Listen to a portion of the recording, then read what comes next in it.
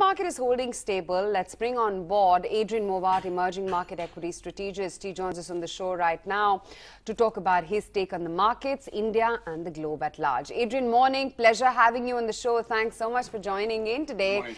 Adrian, it's turning out to be a bit of a muddle as to how you balance the micros, the macros and the politics on one hand, because you've got crude already at 75, which is typically not good for the Indian economy and various sectors because of the cost pressures.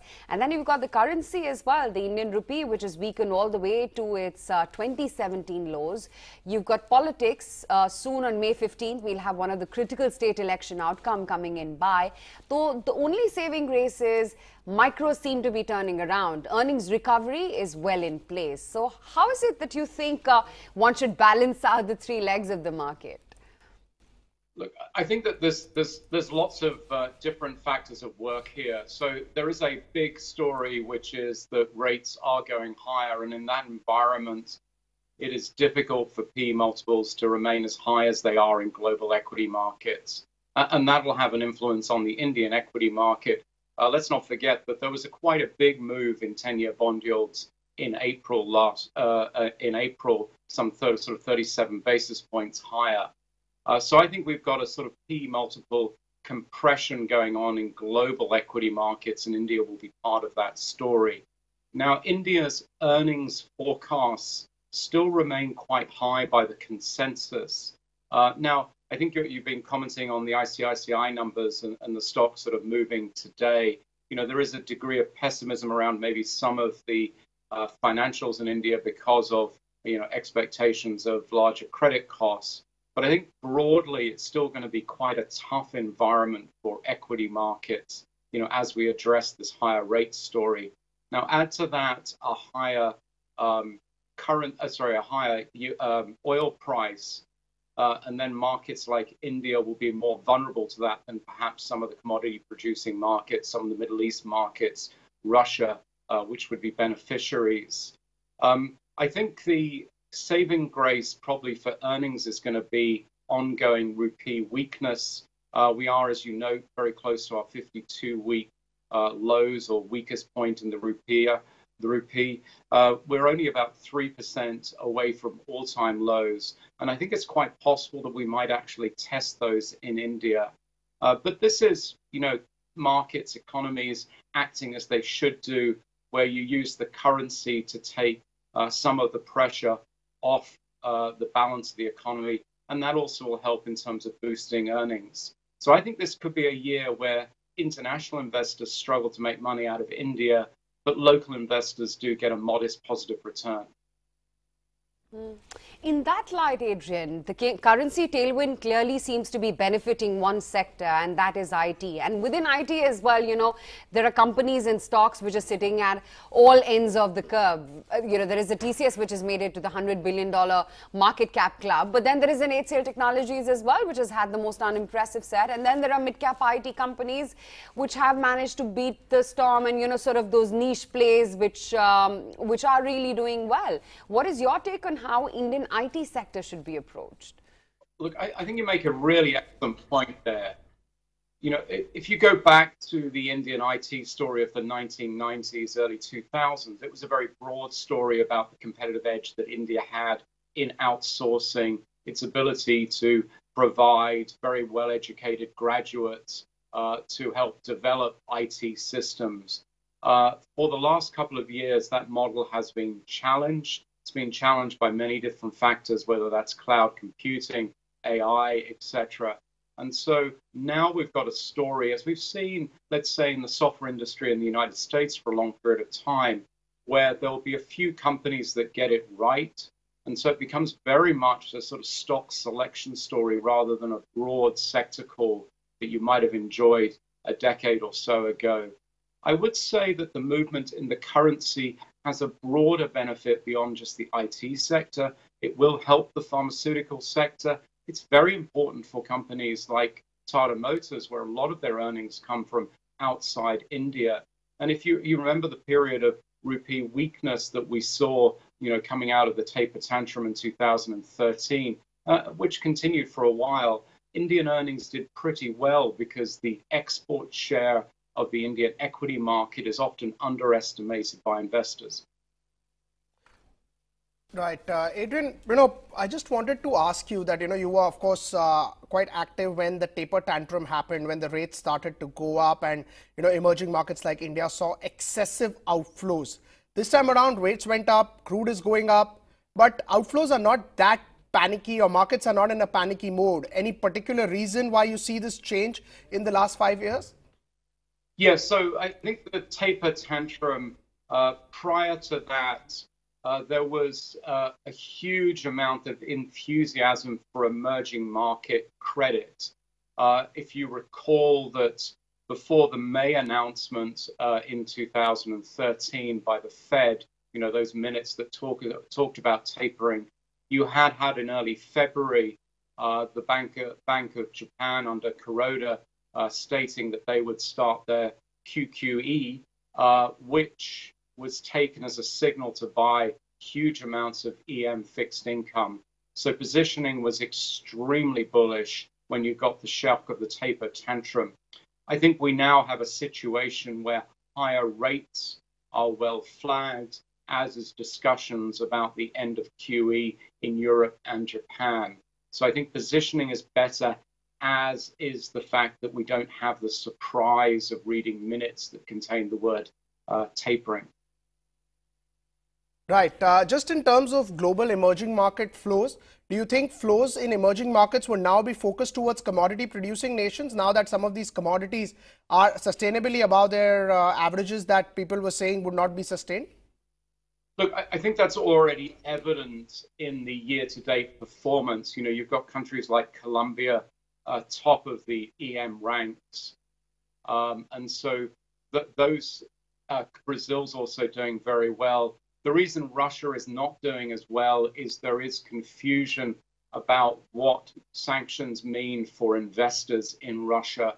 And that's had an impact on Russia at a time when you'd actually expect Russia to be doing well. But in this moment, LATAM is outperforming, as are some of the Gulf markets. And that makes a lot of sense, considering the dynamics of oil, as well as the dynamics of some of the commodity prices. Adrian, you were earlier reiterating and hinted towards ICICI Bank. What is your take now on some of these private corporate banking stories? Would you say that the worst in terms of news flow as well as price erosion is behind us? Are valuations now looking attractive? Or would you say the sensible thing to do is continue to stay with private banks, but go with only the cream and the top names where you don't have management slash, any controversial issues aligned to them? My preference in rising rates is stick with quality. It's quite common for credit costs to continue to rise as rates increase. So I think it's a little bit too early to say that we're past the worst. We are in the middle of the results season, and I think one shouldn't jump to conclusions too quickly. Take a little bit of time to study the detail to see if there are any trends emerging, whether those trends be bullish or bearish. But really, if you think about that question, it's been asked very frequently, nearly every results season, and generally the rule has been that things do get a bit worse, and it's a bit early to be buying it at this point.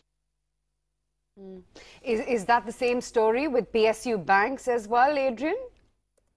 Definitely, yes.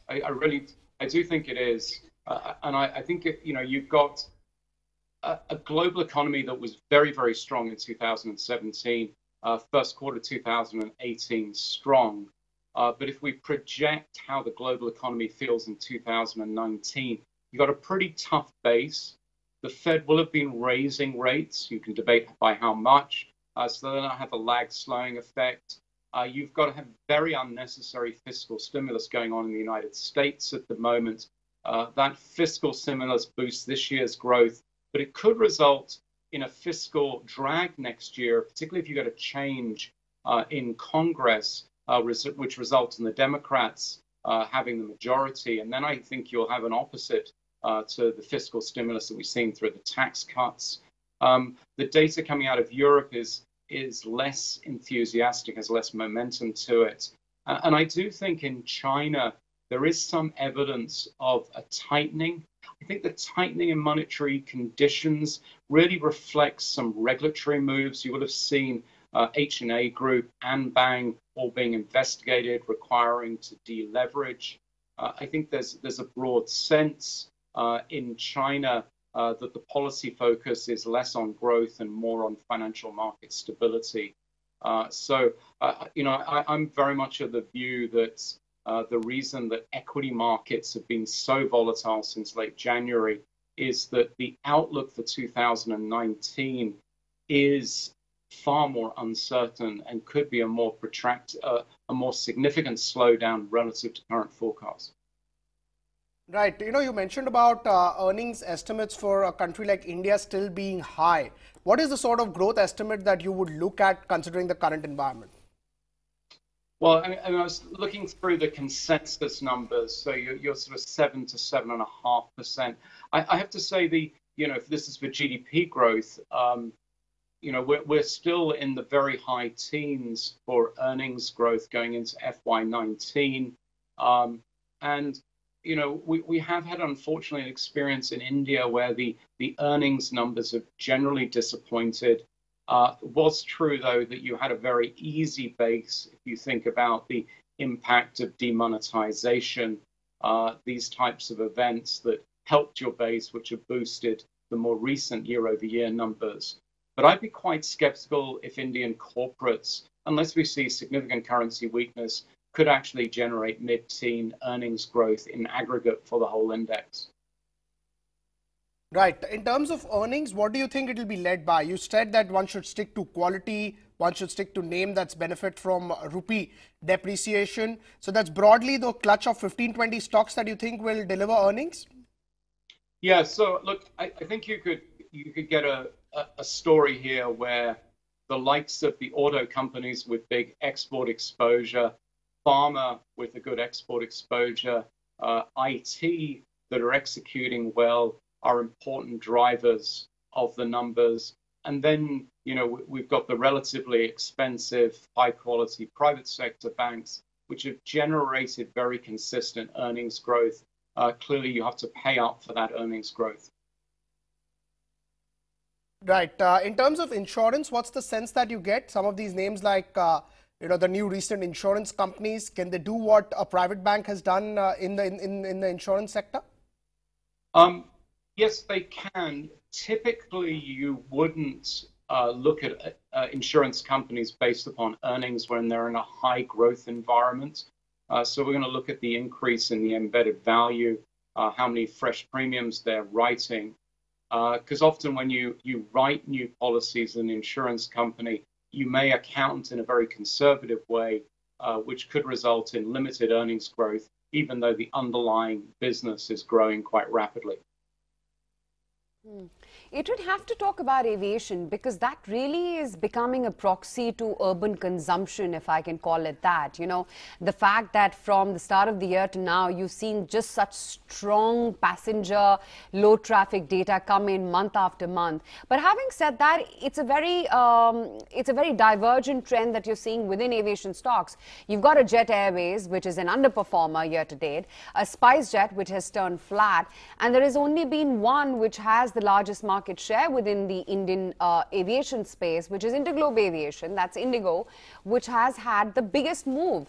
But having said that, because of the crude spiral up, Indigo has had a bad dent on its profitability in the earnings gone by. And now with crude only spiraling upwards and upwards, it seems like aviation could get in a sticky spot because while crude is moving up, ticket prices are remaining as is. Do you think aviation is in a void for now, or would you deploy these dips to buy further into the stock prices? Well, we've just had the sort of shareholder meetings for Berkshire Hathaway over the weekend, and I think Warren Buffett, and I'll probably misquote him here, but he said if the Wright brothers had crashed, they would have done investors a service. In that aviation has always been a very, very difficult industry for investors to make consistent money in. I mean, I completely struggle to think of big airlines that have done well for investors. There are a few exceptions. Low-cost carriers like Southwest have done clearly very well, as has Ryanair. Maybe you could also argue with EasyJet. But you do need some important factors in your favor. I think with India, the struggle here is there's still quite a lot of capital competition in the aviation space. Plus, there are other factors at work in India, particularly the infrastructure is still extremely crowded at the major destinations. I've seen some reports recently about how many new airports India plans to build. I think that is necessary. I think, that's good for the long term. But I really struggle to recommend investing in airlines for people saving for their pension, for their longer term investing. It's really tough. Very little evidence that this is a good space to be in. Okay, that makes it pretty clear as to why aviation should be in a void right now. But Adrian Mowat, such a pleasure having you on the show today. Thanks so much for taking the time out and chatting with us. A candid conversation there on quite a few sectors that Adrian believes that one could look at, one should avoid right now. And more importantly, his market call, wherein he's saying that foreigners may not make money, but Indians will have a tempered return in